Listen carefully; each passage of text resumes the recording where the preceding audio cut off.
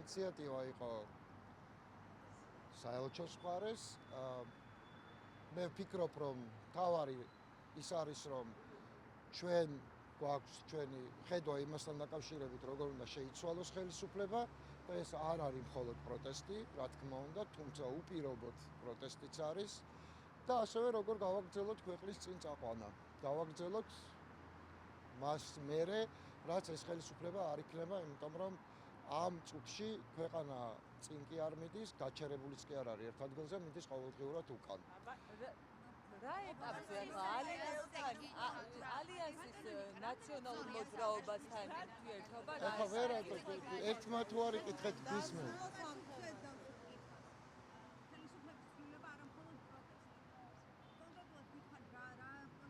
ჩვენ შევხვდით საერთაშორისო წარმომადგენელს, ამიტომ ბუნებრივია, რომ განსაკუთრებით აღსანიშნავია დიდი ბრიტანეთი იმ თვალსაზრისით, რომ მისი სანქციები ყველაზე ქმედითი გამოდგა და შესაბამისად ამის გაგრძელება ძალიან მნიშვნელოვანია. თქვენ იცით, რომ ალიანსს ნათქვამი აქვს შიგნით აქცია, გარეთ სანქცია და ასევე ალტერნატივის შეთავაზება.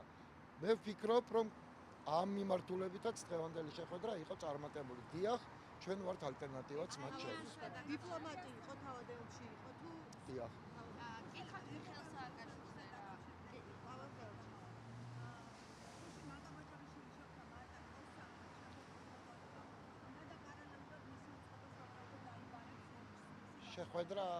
შეხვედრა ამას ვერ ერქმე.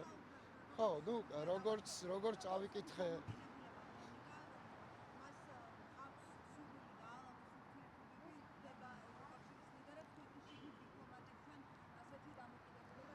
ურთიერთობების გალაგება არ ხდება მხოლოდ ფორმალური რაღაცა ტექსტების გამოსწორებით და არც კი გამოსწორებულა ჩვენ ხედავთ, ხო? სურვილი არ არის საკმარისი. მნიშვნელოვანია, რომ მიიღო რეალური გადაწყვეტილებები. ეს რეალური გადაწყვეტილებები ქვეყანაში, სადაც არიან პოლიტპატიმრები და არა მხოლოდ პოლიტიკოსი პატიმრები, არამედ სხვა პოლიტპატიმრებიც, ქვეყანაში, სადაც პრაქტიკულად განულებულია თანამშრომლობა დასავლეთთან, ვერანაირად ვერ იქნება რეალური ცვლილებები, რაც არ უნდა ილაპარაკოს ხელისუფლებამ. ქვეყანას ჭირდება გადატვირთვა ახალი რეალური არჩევნების სახით, მაგრამ აქამდე მნიშვნელოვანია, რომ ყველა პოლიტპატიმარი იყოს გარეთ და ყველა მოძალადე დაისაჯოს. სამოქალაქო ომზეც მიანიშნა. არა, რა სულელია.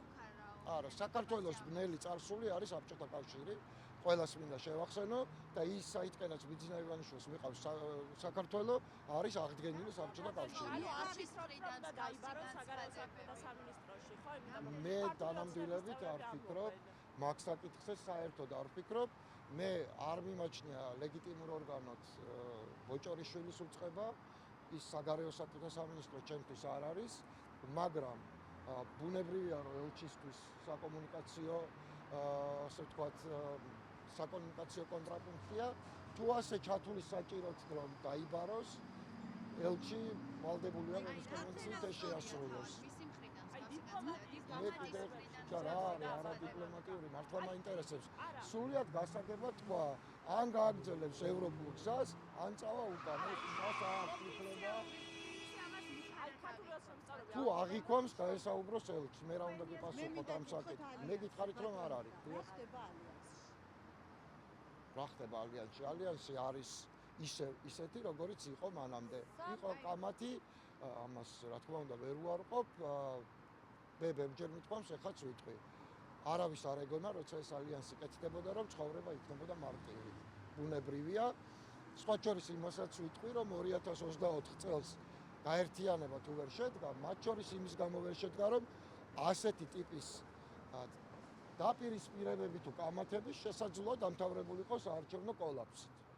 ახლა ეს მხოლოდ ალიანსის ფარგლებში მიმდინარე კამათია, რომელიც როგორც ალიანს, მე ვფიქრობ, დიდად არ გვაზიანებს, მაგრამ როგორც საარჩევნო სუბიექტს საარჩევნო კამპანიაში ძალიან სერიოზულად დაგვაზიანებდა. დამთავრდეს მინუს ნაციონალური მოძრაობა, ეს არ იქნება დანაკლისი. ეს არის მხოლოდ ნაციონალური მოძრაობის გადასაწყვეტი და იმედია, რომ ესე არ მოხდება, მით უმეტეს, რომ უკვე გაკეთდა განცხადება, რომ ამ ეტაპზე ეს გამორიცხდება. ისაუბრეთ, გარდა განცხადებებისა, ისაუბრეთ რა თქმა უნდა. და რა მოსყიდული ხართ ქართული ოცნების მიერ თქვენი მე? კოლეგები, დიახ. ვინ არიან ჩემი კოლეგები? აი მაგალითად იგივე სანდრო რაფიაშვილი ჩავწერეთ. მე არ ვთვლი სანდრო რაფიაშვილს ჩემ ხალხი კოლეგას. სააკაშვილმა ირიბად მიხეილ მიანიჭა. სააკაშვილს მიხეილ სააკაშვილს თუ დასჭირდება ნიკა გვარამიას ხსენება ამ თვალსაზრისით ახსენებს დამიჯერეთ. არის ირიბად არის თქვენზე და მაშინ როცა თქვენ ამბობთ რომ შეთანხმება სხვა კიდევ ერთხელ ბოდიში კრიტიკის გამო არ ყოფილა ეს განცხადება, იყო პერსონალური თავდასხმის გამო, ჩვენ ასეთად ჩავთვალეთ ეს თავდასხმა, ყოველ შემთხვევაში ნიკა მელიას გულისხმობ და ასეთად ჩავთვალეთ და ყველა შევახსენებ, რომ როცა პარტიას ყავს ლიდერი, რომელიც ციხეშია, ამ დროს ყოველთვის გაცილებით უფრო მაღალია მგზნობელობა, ვიდრე გარეთ ყოფი ლიდერის მიმართ. ჩემზე რო ეთქვა მაგალითად, მე საერთოდ არ ჩავთვლი საჭიროდ, რომ პასუხი გამეცა. მით უმეტეს პატიმრობაში მყავს გარეთ ყოფზე, მაგრამ ნიკა მელია არ არის იგივე შემთხვევა, იგი ციხეშია, პოლიტპატიმარია და ციხიდან საკუთარი უფლებების დაცვას ისე ვერ მოახერხებს, როგორც ჩვენ მისი პარტია აქ და ჩვენ მორალური ვალდებულებაც გვაქვს, რომ ეს გავაკეთოთ ყველა შევახსენოთ. ორი კითხვა მაქვს ალიანსთან და რაც შეეხება ბოდიში ცენზურას, ჩვენ პირდაპირ გვიწერია ალიანსის განცხადებაში, რომ ჩვენი ამოცანა არც არის ცენზურა და ვერც იქნება. ამიტომ კრიტიკის ნაწილს ეს პასუხი საერთოდ არ შეეხება. შეეხება მხოლოდ იმ ნაწილს, რომელიც ჩვენ ჩავთვალეთ პირად თავდასხმად ნიკა მელიაზე და რომელიც სხვათა შორის სააკაშვილმა თავისი პოსტიდან მერე ამოიღო. დღეს ეს ნაწილი ამ პოსტში არ იძებნება. კი ბატონო, დამატებითი განმარტებაც გააკეთა. ორ კითხვას კი, ბატონო. ბატონიკა. აი იმ პირველ პოსტში რომ ნიკა მელია ამოიკითხეთ, იმ პოსტში ვერ ამოიკითხეთ პარტია ახალი, სადაც საუბრობდა რომ პარტია, რომელმაც ნაციონალური მოძრაობა არჩევნების წინ ორად გაყო. პარტია რომელშიც ვერ გული გაყობს. მიიტანა ნიკა გილაურმა. აქ ვერ ამოიკითხეთ პარტია. პარტია ვერ გაყოფს სხვა პარტიას, ეს გამორიცხულია. პარტია ახალი არა, იმიტომ რომ რეალისტური არ მიგულისხმეა. ხო, ნუ ალბათ საკუთარი პარტიაც იგულისხმა და საკუთარ პარტიას რაფორმით დაელაპარაკება, ეს ჩემი გადასაწყვეტი ნამდვილად არ არის. მე ყველა შევახსენებ, რომ ნაციონალური მოძრაობა დიდი შემადგენლობით იმყოფება ალიანსის ხდომებზე და მას შეუძლია თავისი ლიდერის პოზიციები მათ შორის იქ დაიცვას. ასევე შეუძლია სააკაშვილს ილაპარაკოს ამ თემაზე. ეს განამდვილებით არ იქნება აგრესიულად ახმული, იმიტომ ეს მისი უფლებაა როგორც პოლიტიკოსის. რაც შეეხება ახალი სამოკითხვას, კიდევ ერთხელ ვიტყვი. ახალი შეიქმნა მას მერე, რაც ნაციონალური მოძრაობიდან ის ხალხი, ვინც ყოფილი ნაციონალური მოძრაობიდან შემოვიდა ახალში, უბრალოდ გარიცხეს. ამაზე გვაქვს ლაპარაკი. შესაბამისად, ახალი ნამდვილად ვერ დაშლი და უკვე დაშლილ ნაციონალურ მოძრაობას. შეუძლებელია. ფულს რაც შეეხება ძალიან ბევრჯერ მაქვს პასუხი გაცემული $10 მილიონი, რა თქმა უნდა, აბსურდია, თუ რამე იცის მიშამ ამასთან დაკავშირებით შეუძლია ახსნას.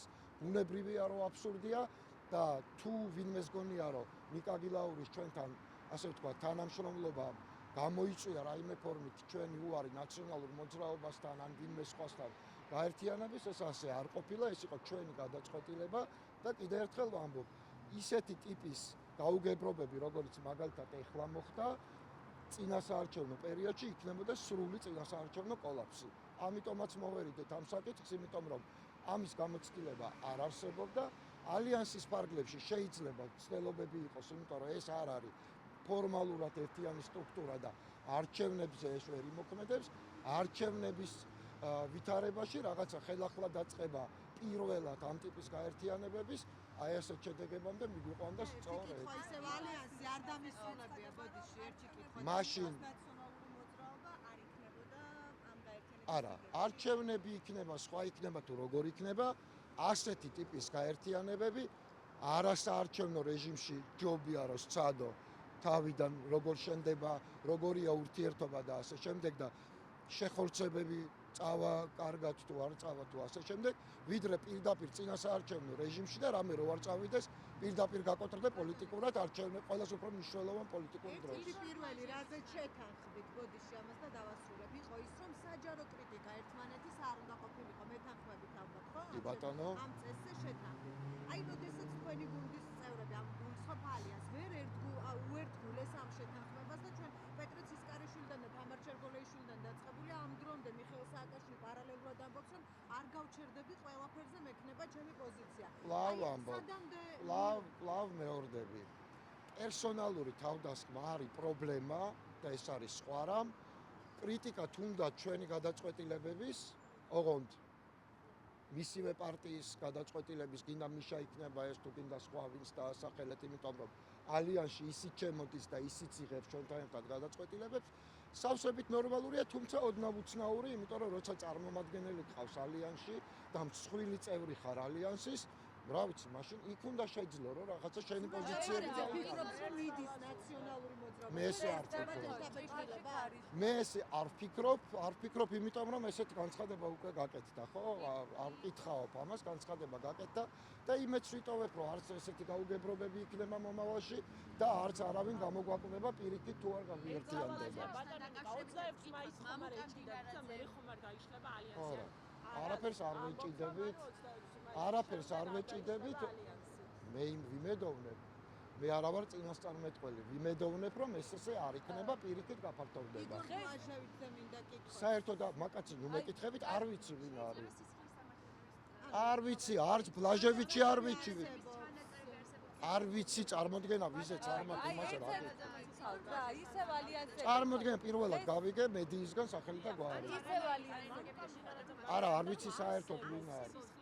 გავიგე რომ ვიღაცა იგორ თუ რა თქვია ბლაჟევიჩი არსებობს. გავიგე რომ ბუნებაში არ მაინტერესებს ხალხო, არ ვიცი ვინ არის და რა უნდა. ისევ ალიანსები დღეს იყო ბარამიძეც. აი მიმოწერის გარდა თუ ეკონტაქტებს თავად გუნდის წევრებს, ისინი რას ამბობენ, რა გაარკვიეს ასე. ნაციონალური მოძრაობა არის სრულფასოვანი და მნიშვნელოვანი წევრი ალიანსის. ბუნებრივია, რომ იქნება სატელეფონო კომუნიკაციები თუ პირადი შეხვედრები, პირადს გულისხმობ ალიანსის ერთობლივი შეხვედრები, ცხადია, რომ შეუძლებელია კომუნიკაციის გარეშე რაიმე გადაწყვეტილება შედგეს.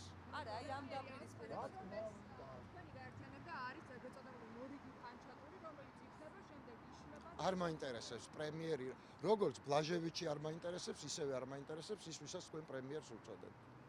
სვან